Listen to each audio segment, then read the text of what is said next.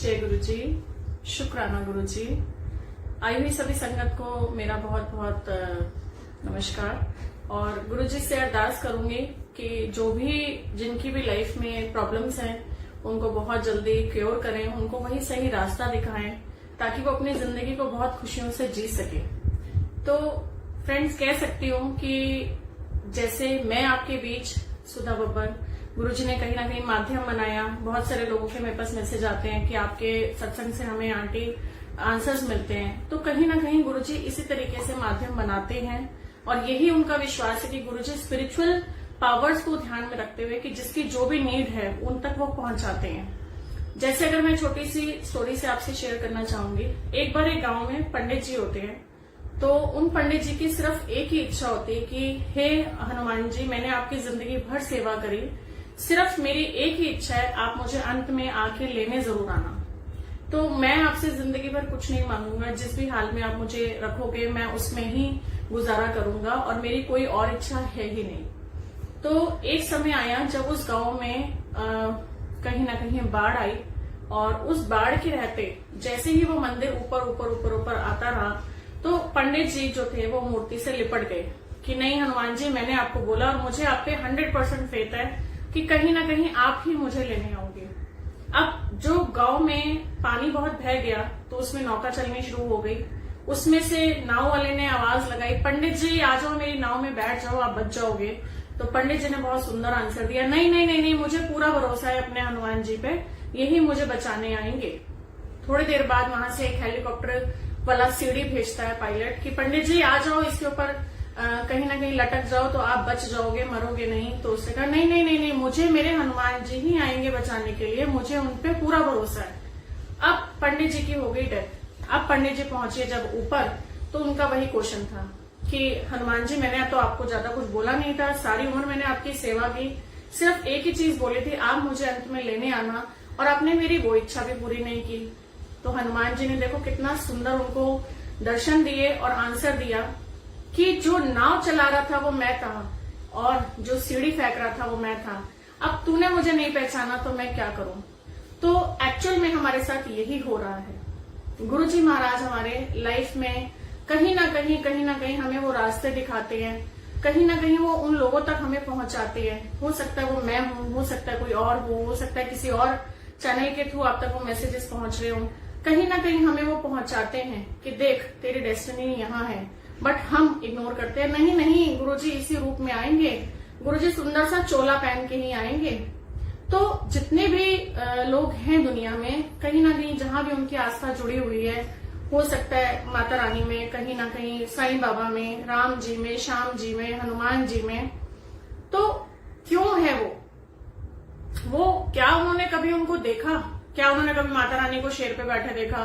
कभी कृष्ण भगवान को बंसी बजाते देखा? कभी हनुमान जी को धनुष चलाते देखा? नहीं, वो सिर्फ उनके मन का विश्वास है। अब जब गुरु जी आए तो इफ एंड बट शुरू होगी, क्योंकि वो इंसानी रूप में आए, चोला रूप में आए। जबकि महाशिव पुराण में भी ये बखान है हमारे शिव भोलेनाथ का कि मैं आप जैसा ही बनकर, आप जैसे ही रूप के अंदर आके आपका कल्याण करूंगा। तो कहीं ना कहीं हमारे गुरु जी ही महाशिव नानक हैं जो वो रूप में आए और हम लोगों के बीच में रहकर, हम जैसा बनकर, हम लोगों का उद्धार करने के लिए, हमारे जीवन को तारने के लिए उन्होंने हमें अपने आप से जोड़ा। तो संगत जी, जरूरत है सिर्फ हमें उन आंखों को पहचानने की कि क्या डेस्टिनी वो हमें लेके जा रहे हैं, कहाँ लेके जा रहे हैं। और सच बोलूं तो कहीं ना कहीं वो हमें उन लोगों तक पहुंचाते हैं और प्लस हमारे तक वो लोग नहीं पहुंच सकते जो हमारे लिए गलत सोचते हैं, जो हमारे लिए बुरा सोचते हैं। तो गुरु जी के आने से हमारी लाइफ में सिर्फ पॉजिटिविटी आ जानी चाहिए और कहीं ना कहीं हमें उन पॉजिटिविटी को समझना भी है और संभालना भी है। तो बहुत सारी संगत के मेरे पास मैसेजेस भी आ रहे थे, कहीं ना कहीं उलझनों में फंसे हुए हैं, कहीं ना कहीं प्रॉपर्टी केसेस में फंसे हुए हैं। नो डाउट कहीं ना कहीं वो डेस्टिनी जरूर रास्ता निकालेगी, हो सकता है मेरे थ्रू, हो सकता है किसी और के थ्रू, बट कहीं ना कहीं सबसे पहले फर्स्ट गुरु आप खुद के हो। उस रास्ते को पहचानना बहुत जरूरी है, किस रास्ते पे आपने चलना है वो आपको समझना बहुत जरूरी है। 100% गुरु जी महाराज के सरेंडर करना बहुत जरूरी है। सिर्फ दो ही तरीकों से हम गुरु जी से जुड़ सकते हैं, 100% सरेंडर और डायरेक्ट कनेक्शन। किसी भी अंकल आंटी को माध्यम ना बनाइए कि कोई आके आप तक कुछ पहुंचाएगा, अरे मैं वो आंटी को ढूंढती रहूं, आंटी मुझे बताइए। उनके पास भी एक अपना सोल कनेक्शन है गुरुजी महाराज के साथ, आपका अपना एक सोल कनेक्शन है। अगर मैं आपको किसी भी कुछ बोलूंगी फलाने गुरु के पास चलो, मेरे साथ फलाने मंदिर के चलोगे, आप मेरे साथ मेरे कहने पे नहीं जाओगे। आपको गुरुजी महाराज ने खुद सिलेक्ट किया है, आपको खुद अपने से जोड़ा उन्होंने। मेरे कहने पे या अपने किसी और के कहने पे आप नहीं पहुंचे हो। आपका अपना माइंड काम किया कि हाँ गुरुजी हैं कुछ, आपके अपने विश्वास को उन्होंने जीता। तो जब हम गुरुजी से जुड़ते हैं तो कहीं ना कहीं हम इस तरीके से जुड़ते हैं जैसे बिल्कुल एकदम हमारी लाइफ चेंज हो जाती है, इतना भाव आता है हमारी लाइफ के अंदर। उसके बाद क्या होता है, थोड़ा टाइम निकलता है, हमें ऐसा लगता है गुरुजी हमसे दूर जा रहे हैं। वो क्यों लगता है? क्योंकि शुरू में जब हमें गुरुजी अपनी तरफ खींचते हैं मैग्नेट की तरफ, हमें हर जगह, इवन कहीं शॉपिंग के लिए मैं जाती थी, मुझे उस दुकान पे गुरुजी दिखते थे। अरे पहले क्यों नहीं दिखे? तब तक ना तो हमें पता था ये गुरुजी हैं, ना हमें कोई विश्वास था। उसके बाद हम जहां भी जाते हैं, किसी के गले में लॉकेट दिख जाता है, कोई हमारे आस पड़ोसी हो सकता है हमारे कोई रिश्तेदारी में हो, सब जगह हमें गुरुजी नजर आने शुरू हो जाते हैं।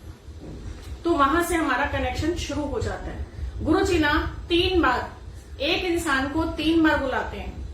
पहले बार किसी से मैसेज भिजवाया, नहीं गए, दूसरी बार भेजा, उसके बाद गुरुजी तीसरी बार छोड़ देते हैं। मैसेज पहुंचा दिया, कोई भी बीमार है, परेशान है कि मंदिर चले जाओ, ऐसे गुरुजी हैं, वो अपना दिमाग लगाता है नहीं कोई गुरु ऐसे नहीं हो सकते, तो ठीक है लेट इट बी, उसका भी वक्त ही नहीं आया। बट गुरुजी की कॉल आती है, 3 बार डेफिनेटली आती है। उसको समझना बहुत जरूरी होता है कि हमें वो कॉल आ रही है तो हमें डेफिनेटली मंदिर में जाना है या कहीं ना कहीं गुरुजी से जुड़ना है। तो संगत जी, अमृत वेला का क्वेश्चन आया था मेरे पास आज कि अमृत वेला क्या होता है। एक्चुअली मैं सच बोलूं तो गुरुजी ने पर्टिकुलरली अमृत वेला को कोई एक नियम में नहीं बांधा कि तुम अमृत वेला ही उठो। अमृत वेला होता है सुबह मॉर्निंग से 3 बजे से 6 बजे तक का टाइम।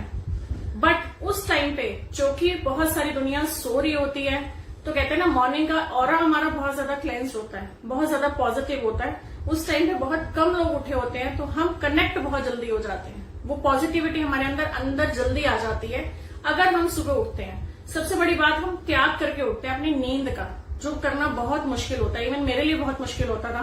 बट मैं गुरुजी को कहती थी गुरुजी अमृत वेला करना है, आप कराओ तो आपकी मर्जी, नहीं कराओ तो आपकी मर्जी।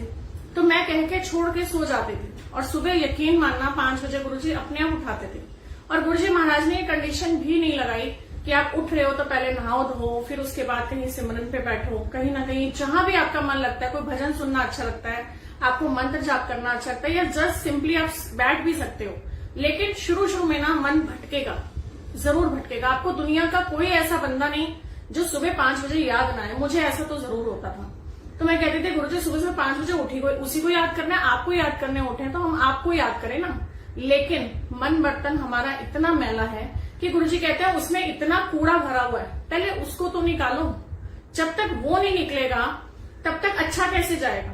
फॉर एग्जाम्पल एक मटका है, अब मटके में ऑलरेडी कहीं ना कहीं पानी भरा हुआ है, एक बूंद कीचड़ भी उसमें डलेगी ना, वो गंदा कर देगा, राइट। तो इसी तरीके से हमारा मन बर्तन है, वो बहुत विकारों से भरा हुआ है, कहीं ना कहीं द्वेष है सबसे बड़ी प्रॉब्लम। मैं तो जो खा रहा हूँ, सामने वाला क्यों खा रहा है। बहुत सारे लोगों में आज के टाइम में जेलसी मुझे दिखती है कि सामने वाले के पास क्यों है, लेकिन हर एक के पास अपनी किस्मत का मिलता है, कोई किसी की किस्मत नहीं ले सकता। तो हमें उन चीजों से निकलना है, हमें अपने अंदर से द्वेषों को निकालना है। कहीं ना कहीं हमारे अंदर जो जेलेसी फैक्टर है, कहीं ईगो है, उसने मुझे ये कहा, उसने मुझे वो कहा, हमारे सारे चक्रास इससे ब्लॉक हो जाते हैं। ये हमारा आज्ञा चक्र होता है। सच बता रही हूं, अगर आप जिंदगी में किसी को माफ नहीं कर पा रहे ना, आप अपनी लाइफ में बढ़ ही नहीं पाओगे। क्योंकि जो हमारा यहाँ आज्ञा चक्र होता है वो डेफिनेटली ब्लॉक हो जाता है जब हम किसी को क्षमा नहीं कर पाते। माफ करना संगत जी बहुत जरूरी होता है, क्योंकि वो कहीं ना कहीं अपने घर में तो बिजी है, हम अपने दिमाग को वहां लेके जाते हैं, तो क्या होता है हमारी बॉडी में ब्लॉकेजेस शुरू हो जाती हैं।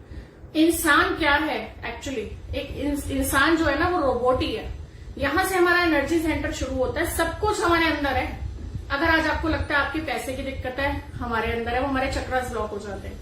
बहुत डीप स्टडी है जो गुरुजी ने मुझे करवाई, कुछ भी आउट नहीं है, सब कुछ हमारे अंदर है।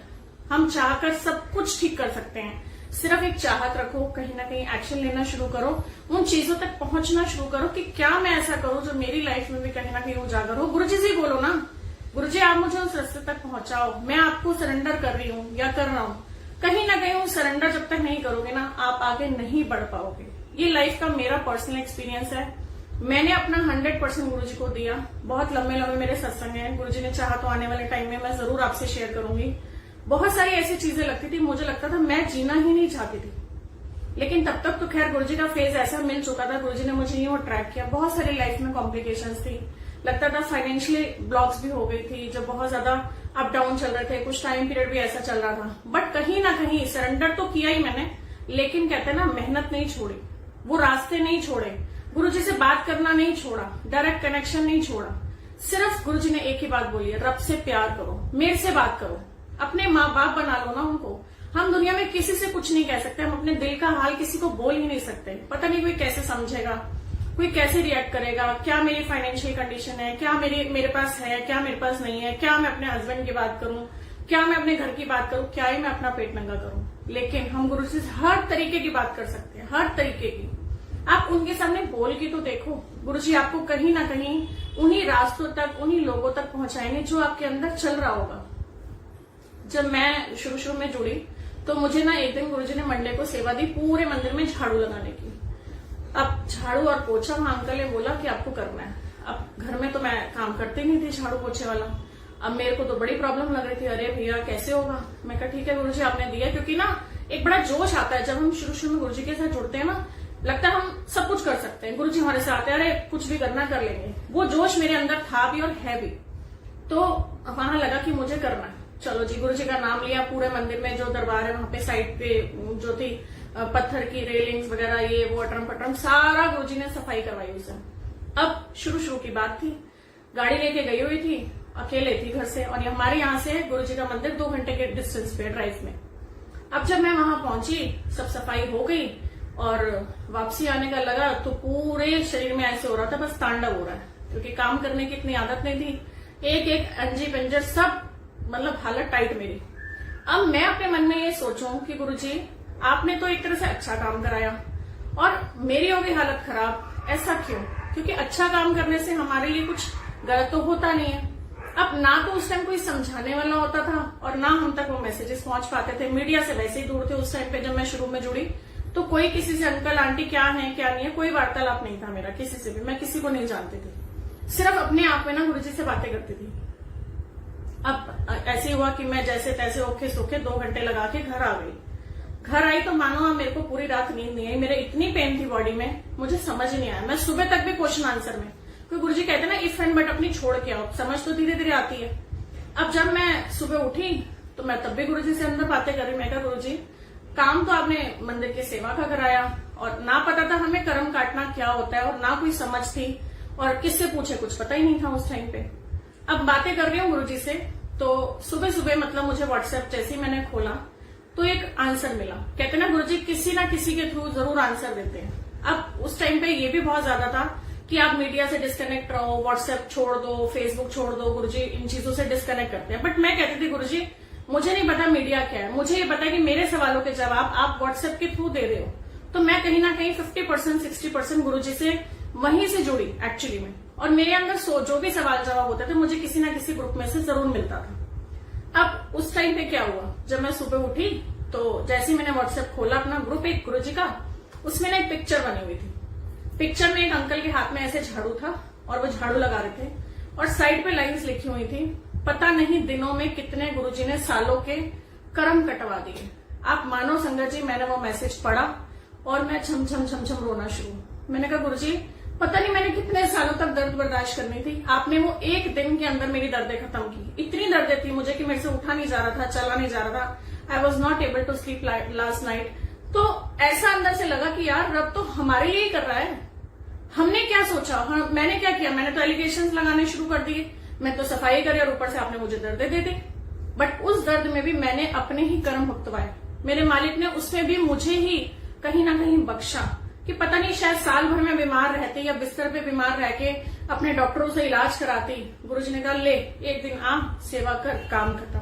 तो ये है हमारे गुरुजी, उनका ट्रीटमेंट का एक तरीका ही अलग है बिल्कुल। हमें नहीं पता वो हमारे कर्म किस तरीके से कटवाते हैं, कहाँ कहाँ किन संगत से हमें मिलवाते हैं। हो सकता है वो कहीं ना कहीं आपको किसी ऑडियो से मैसेज दें, व्याख्या वाले जो शब्द होते हैं उनके अंदर डेफिनेटली आंसर्स होते हैं। कहीं ना कहीं आप भजनों से जुड़े, शब्दों से जुड़े, और गुरुजी महाराज को ही बोले कि आप गुरुजी बताओ मैं क्या करूं। आपके आगे वही इंसान खड़ा हो जाएगा जिसकी वाणी से शायद आपको वही सब आंसर्स मिल रहे हो जो आपके क्वेश्चंस हो। क्योंकि मेरे साथ ये बहुत हुआ। हमारे एक आंटी है, उनके यहाँ सत्संग होता था, बहुत शुरू की बात है, रेयर सत्संग होते थे, बहुत रेयर। अब उनके यहाँ मंथली जब सत्संग होता था तो हम लोग जाते थे। एक दिन मेरे मन में आया कि सुना तो बहुत है, एक ओमकार सतनाम, तो ये इसका मतलब क्या होता है? क्योंकि कहते हैं ना प्रैक्टिकल, मैं बहुत प्रैक्टिकल हूं और हर बात को एक इफ एंड बट से शुरू करती थी कि क्यों है ऐसा, क्यों, कैसे, इसका क्या मतलब, उसका क्या मतलब। मैंने पहले भी आपको बोला ना, किसी भी संगत की अंधविश्वास पे मत चलना। किसी ने आपको कुछ कह दिया, ऐसे कर लो वैसे कर लो, नहीं करती थी मैं सिर्फ उनसे क्वेश्चन आंसर करती थी कि अगर ऐसे है तो क्यों है, ऐसे है तो क्यों है। तो वो मतलब भी उस दिन मुझे सत्संग में एक अंकल के थ्रू, मेरे बिना बोले वहां पे मैं गई हूं। सिर्फ सत्संग फिनिश हुआ, आरती फिनिश हुई, लंगर प्रसाद फिनिश हुआ, उसके बाद जब सत्संग शेयर होता था तो वहां पे सिर्फ यही एक्सप्लेन किया जा रहा था कि एक ओंकार सतनाम श्री वाहिगुरु का मतलब क्या है।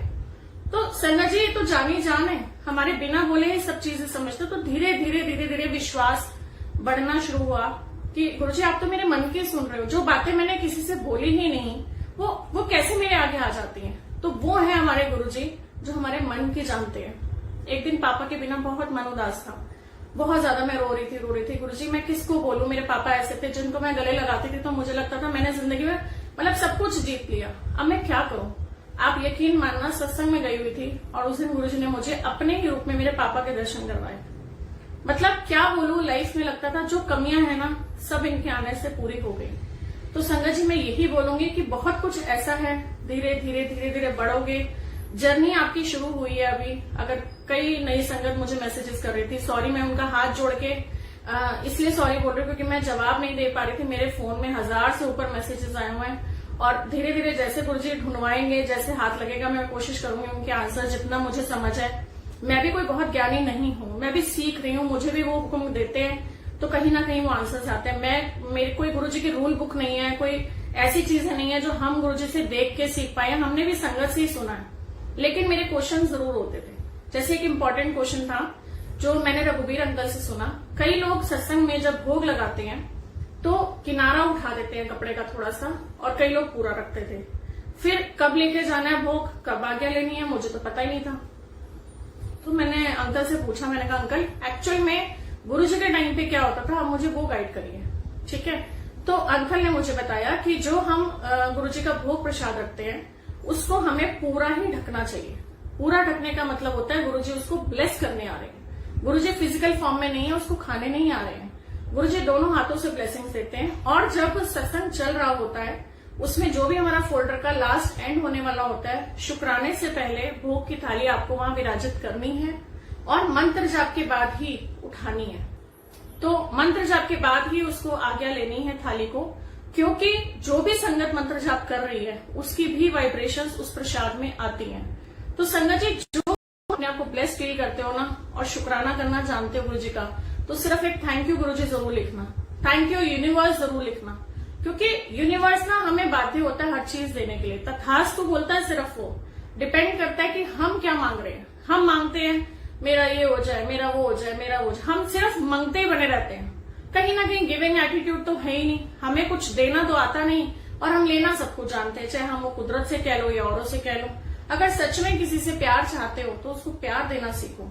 अगर गुरुजी से प्यार चाहते हो तो गुरुजी को भी तो प्यार दो। गुरुजी से वक्त मांग रहे हो, अपनी लाइफ को ठीक करने के लिए मांग रहे हो, टाइम आपके पास है ही नहीं। गुरुजी ने तो कहीं बाउंडेशंस लगा ही नहीं ना। वो टाइम है कि हम पर्वतों पे जा रहे हैं, अपना घर बार छोड़ के जा रहे हैं और पूरा जी सालों साल वही रह रहे हैं, बिना खाए पिए उल्टे लटके हुए हम लोग। ऐसा कोई फेस नहीं है। कितना कंफर्ट जोन में हमें गुरुजी ने डाला। हम अपने घर के बीच में बैठ के, अपने परिवार वालों के बीच में बैठकर हम सब कुछ ही कर सकते हैं और फिर भी हम नहीं करते। तो गुरुजी कहते तू की कीता, अपने आप को वो जवाब दो। हम चाहते गुरुजी मेरा घर बना दो, मेरा ये काम कर दो, मुझे गाड़ी दिला दो, मेरे बेटी की शादी करा दो, मेरे बच्चे का ये करवा दो। क्या किसी ने रब को मांगा? क्या किसी ने ये बोला कि गुरुजी आप ही मेरे साथ चल पड़ो? एक बार एक अंकल को कैंसर था, गुरुजी महाराज के आगे माथा टेका और कहीं ना कहीं उनको गुरुजी ने बोला कि अंकल दास की लाना तू। और अंकल ने क्या बोला, अंकल कैंसर, गुरुजी मेरा कैंसर ठीक कर दो। तो गुरुजी कहते बस तू कैंसर ठीक करा आया सी, मैं ते पता नहीं तेन की देना सी। तो गुरुजी ने उसका कैंसर ठीक कर दिया। अब हम लोगों को तो कैंसर नहीं है महाराज की कृपा से, तो हम क्या मांग रहे हैं? बस वही चीज है कि रब को रब से मांग लो। सच बता रही हूँ, रब को रब से मांग लो, गुरुजी आपके साथ चल पड़ेंगे।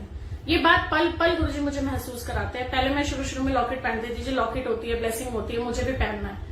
मैं जब संगत जी लॉकेट पहनती थी ना मुझे कोई ना कोई ऐसा दिखता था जो मुझे लगता था मेरे से भी ज्यादा परेशान है, बेचारा कहीं बीमार है, कहीं अस्पतालों में चक्कर काट रहा है। मैं कहती थी मेरे पास तो चल गुरुजी है ना, तू ले जा। तो मैं वो लॉकेट उसको दे देती थी। अब कहीं ना कहीं मंदिर से भी स्वरूप वगैरह मिलते थे। अब इतने स्वरूप सत्संग में कहीं ना नहीं मिलते थे, तो कहीं ना अनादर भी ना हो इस चक्कर में मैं क्या करती थी, मैंने गुरुजी से पूछा एक दिन, मैं कहा गुरुजी इतने स्वरूप इकट्ठे हो गए मैं क्या करूं? तो गुरुजी ने कहा वन डे। अब जिनके पास नहीं होते थे, लॉकडाउन में भी कितने लोग स्वरूप मांगते थे, तो मैं कहती थी गुरुजी ठीक है आपकी मर्जी, दे दिया। तो कहीं ना कहीं अब कल पल्लवी आंटी के यहाँ गुरुजी ने मुझे सत्संग में बुलाने का मौका दिया, और कहीं ना कहीं अगर मैं बोलूं तो पल्लवी आंटी ने मुझे बहुत मान दिया। वहां पे उन्होंने भोग की थाली मुझसे रखवाई। यकीन 350 से ऊपर सत्संग गुरुजी ने मुझसे दरबार लगवा दिए।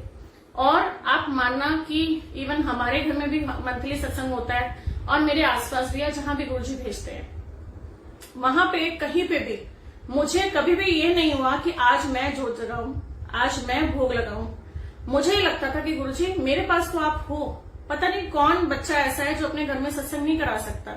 तो मेरी कोशिश होती थी उसको आगे गुरुजी जब भी खड़ा करवाते थे वही जोत जगाए, वही भोग लगाए। अब वहां एक आंटी ने बोला नहीं आंटी जिसके घर में सत्संग होता है वही भोग लगाता है।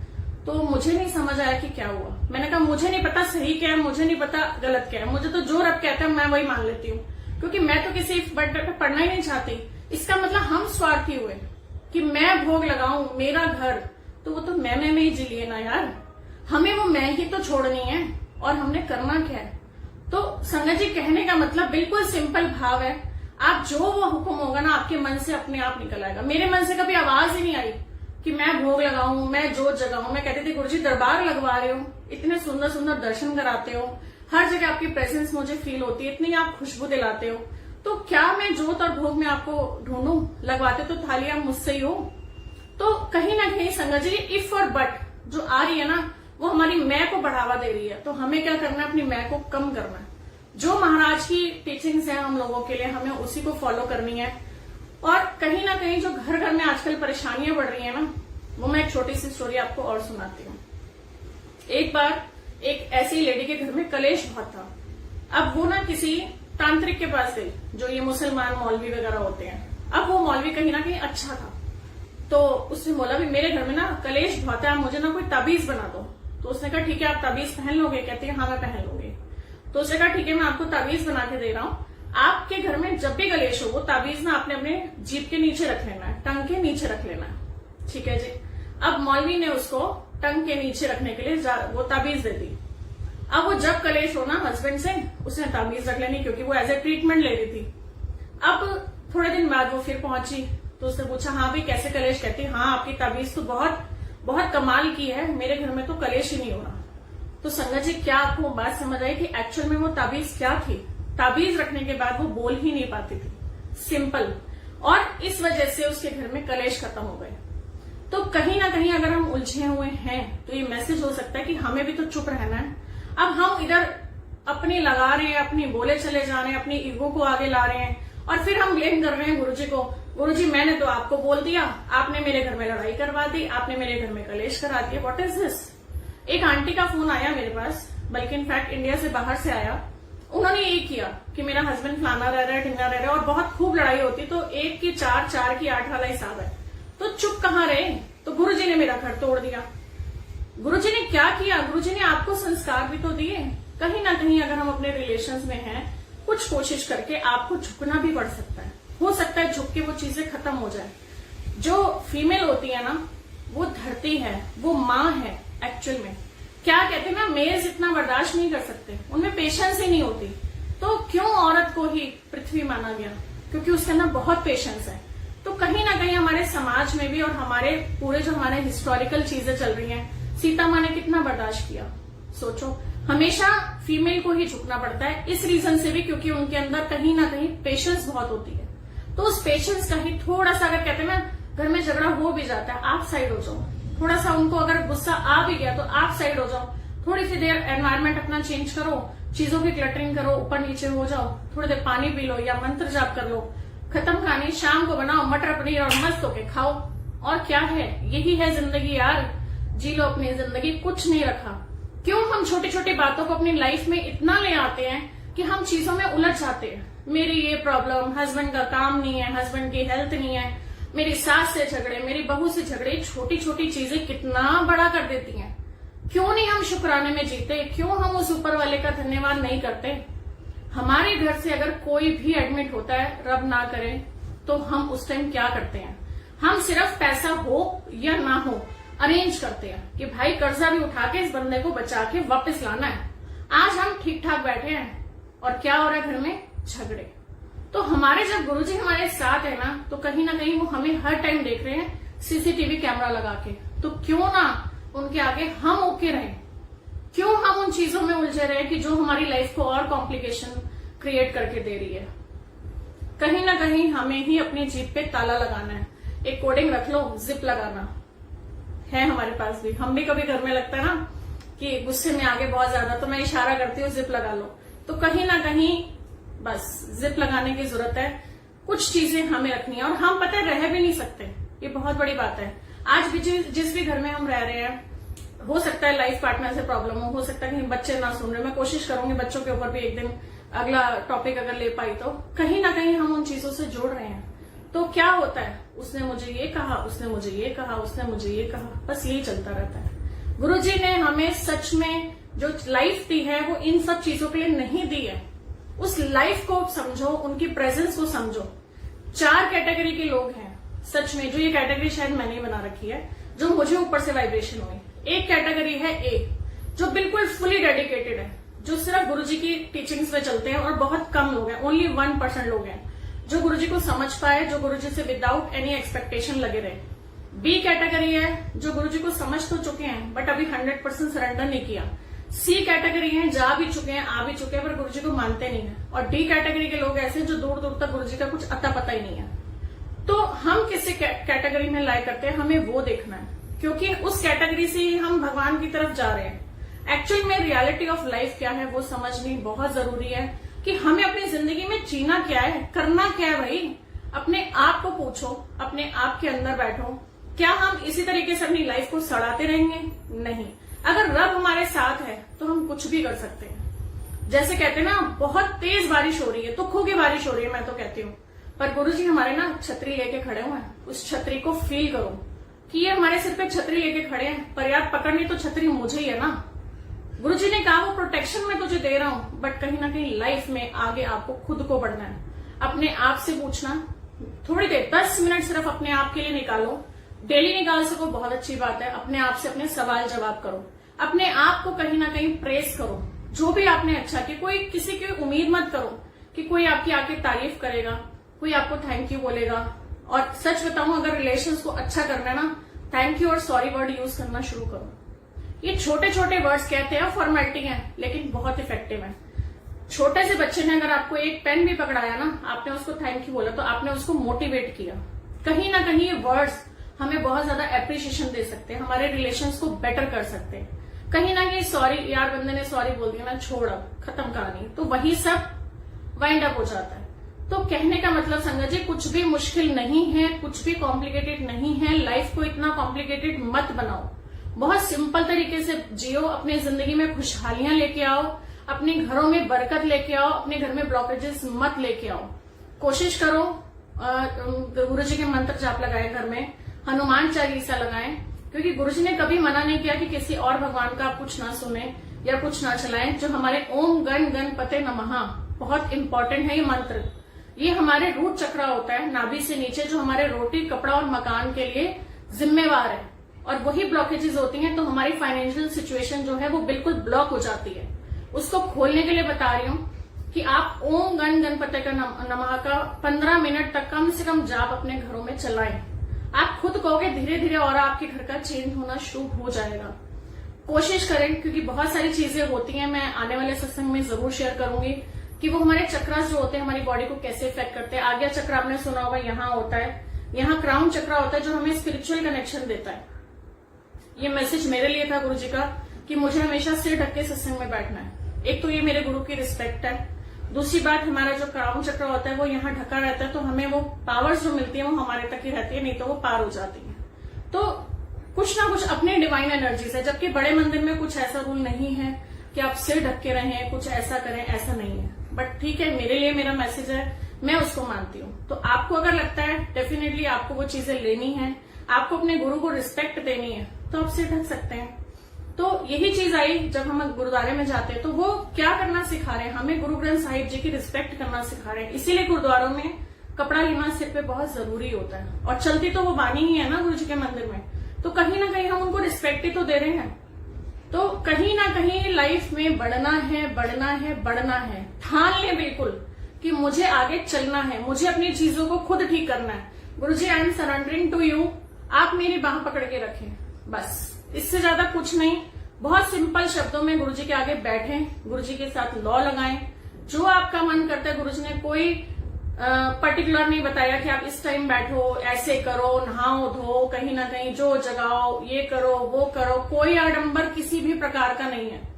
मेरी पूजा आप सुनोगे ना, 2 लाइनों की पूजा मैं हर भगवान के आगे करके आती हूँ, सच बता रही हूँ। मुझे कुछ नहीं आता, मुझे बत्ती तक बनानी नहीं आती थी, गुरुजी ने सत्संग में सिखाई मुझे बनानी, मुझे कुछ भी नहीं आता था, यकीन मानना, मैं ऐसी थी। आज कोले थे और गुरुजी हीरा बना रहे हैं, क्योंकि वो खुद सिखा रहे हैं, वहां पकड़ के सिखा रहे हैं। मेरी 2 लाइन की पूजा सुनो। मैं अनजान मलिन मनु, ना जानू कोई रीत, अटपट वाणी होगी प्रभु, समझो मेरी प्रीत। मैं हर जगह यही बोल के आती हूँ, सच बता रही हूँ, मुझे कुछ नहीं आता, मुझे सच में कोई पूजा नहीं आती, मुझे कोई मंत्र नहीं आते, मुझे कोई तंत्र नहीं आते। मैं हर जगह, पीछे गुरुजी ने मुझे वहां भेजा जगन्नाथपुरी, तो मैं वही कह रही थी, मैंने कहा गुरुजी आपने मुझे यहाँ क्यों भेजा, मुझे समझ ही नहीं आया। क्या मैं बोलूं, मतलब मुझे वहां के भगवानों के नाम भी याद नहीं थे कि हम कौन से भगवान जी के यहाँ जा रहे हैं। तो मुझे नाम कैसे याद हुआ, मेरे अंकल थे, उनका नाम था जगन्नाथ जी, तो उनके नाम से मैंने अभी भी लर्न यही करके आपको बोला। तो कहने का मतलब जिन भगवानों के यहाँ हम जा रहे हैं, मुझे उनके नाम तक नहीं पता, गुरुजी भेज रहे हैं, और कैसे भेजे बस वो लंबी लीला है। लेकिन वहां से जब हम वापसी एयरपोर्ट के लिए आ रहे थे, तो मेरे साथ जो आंटी थी 2, मैंने उनको यही बात बोली। उन्होंने ना मेरे से एक पेन ड्राइव कॉपी कराई थी, और पेन ड्राइव के अंदर उन्होंने ऐसे भजन वगैरह गुरुजी के सत्संग जो भी थे वो मुझसे कॉपी ले रखे थे। आंसर की बात बता रही हूँ कि गुरुजी ने आंसर्स कैसे इंस्टेंट देते हैं। अब जब हम गाड़ी में बैठे हैं और वापसी को आ रहे हैं दिल्ली के लिए, तो उसमें ना मैं आंटी को ये बोले, मैं कहा पता नहीं क्यों गुरुजी ने मुझे जगन्नाथपुरी भेज दिया, मैं तो वहां माथा टेका, यही 2 लाइन बोला ही, मुझे तो पता ही नहीं वो भगवान जी। मैंने कहा भगवान जी आप जो बुलाया उसके लिए थैंक यू, और जो आपने दिया उसके लिए थैंक यू, बस इससे ज्यादा मुझे कुछ नहीं आता। अब गाड़ी में जब बैठे मैंने आंटी को यही बात बोली, मैं कहा पता नहीं गुरुजी ने मुझे क्यों भेज दिया यहाँ पे। अब उसी टाइम, सच में उसी टाइम वो ऑडियो चलती है, जेठा अंकल का सत्संग शेयर होता है, और उसमें वो अंकल लिटरली यही लाइन बोल रहे हैं कि एक बार गुरुजी संगत में बैठे थे और गुरुजी ने एक अंकल के कर्म काटने थे, और उन अंकल को बोला, अंकल जा जगन्नाथपुरी उड़ीसा तेरे ओते ही कर्म बख्शाए जाने ने। और मैं वो सुन के बिल्कुल मेरी आंखों से ऐसे आंसू निकलने शुरू हो गए, और मैं कह रही हूँ गुरुजी ये क्या हुआ, मतलब यहाँ भेजना, मुझे लगा था मैं एंजॉयमेंट के लिए आई हूँ, और उसमें भी आप मेरे ही कर्म काट रहे हो कि बाय प्लेन भेजा। गुरुजी ने कहा एने कर्म पैड़े सी कि हवा विच उड़ते हुए से ऐसे कर्म मैं कट्टे ने। मतलब वो इंडिकेशंस, वो आंसर जो उन्होंने मुझे दिए, जो मैं कभी सोच भी नहीं सकती, कहाँ कहाँ ये मुझे लेके नहीं जाते, किन किन लोगों से नहीं मिलाते, मुझे नहीं पता ये कहाँ लेके जाते हैं। तो कहने का मतलब 100% सरेंडर करके देखो, आप खुद कहोगे आपकी लाइफ चेंज होगी, आपको लाइफ जीने का मजा आने लग जाएगा। सच बता रही हूँ, लाइफ इज टू ब्यूटीफुल। आप किसी के लिए कुछ करके देखोगे ना, उस दिन आपको लगेगा आपके अंदर क्या पावर्स है। वो पावर्स मैं धीरे धीरे शेयर कर रही हूँ, क्योंकि लंगर सेवा चलती है, बहुत सारी, मुझे ऐसा लगता है मेरी बॉडी में इतनी एनर्जी आ चुकी है कि मैं कहीं रुक नहीं सकती। हालांकि अगले दिन तक मैं बिल्कुल टोटल डाउन हो चुकी होती हूँ। मेरे अंकल भी ये बात बोलते हैं कि 7 तारीख को तेरी सेवा देखा करो, और कोई कह नहीं सकता तो ये वाली है कि उस दिन तो ऐसा लगता है बस जबरदस्त चाबी घुमा रखी है, और बस दिन रात चल रही है, सुबह 6 बजे से लगे लगे रात के 10 बज जाते हैं। तो वो एनर्जी होती है सिर्फ गुरुजी की, वो वाकई में खुद चलाते हैं और खुद वो करवाते हैं। तो बहुत शुक्राना करूंगी मालिक का, मेरा हाथ पकड़ने का, आप सबका हाथ पकड़ने का, और यूं ही गुरुजी हमारे सिर पर अपना आशीर्वाद बनाए रखें, यही दुआ करूंगी आप सबके लिए। और सच में गुरुजी ने मुझे अगर ब्लेसिंग चैनल बोला है और यही मैसेजेस वो मुझे देते हैं तो रब की तरह से मैं आप सबको ब्लेसिंग्स पास करूंगी कि जो रब ने मुझे दिया है कहीं ना कहीं आपकी लाइफ में भी उजाले दे। तो गुरुजी का बहुत शुक्राना करूंगी। गुरुजी यूं ही बाह पकड़ते रहना। जय गुरुजी, शुक्राना गुरुजी, लव यू गुरुजी, और हमें बख्शी गुरुजी। जय गुरुजी।